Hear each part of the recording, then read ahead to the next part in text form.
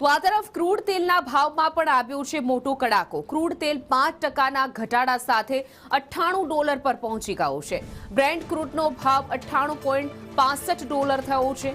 America અને Iran વચ્ચે શાંતિ કરારનો આશાવાદ છે। આશાવાદને પગલે ક્રૂડના ભાવમાં આવ્યો છે ઘટાડો, જેના કારણે થોડી રાહત મળે એવી શક્યતા છે।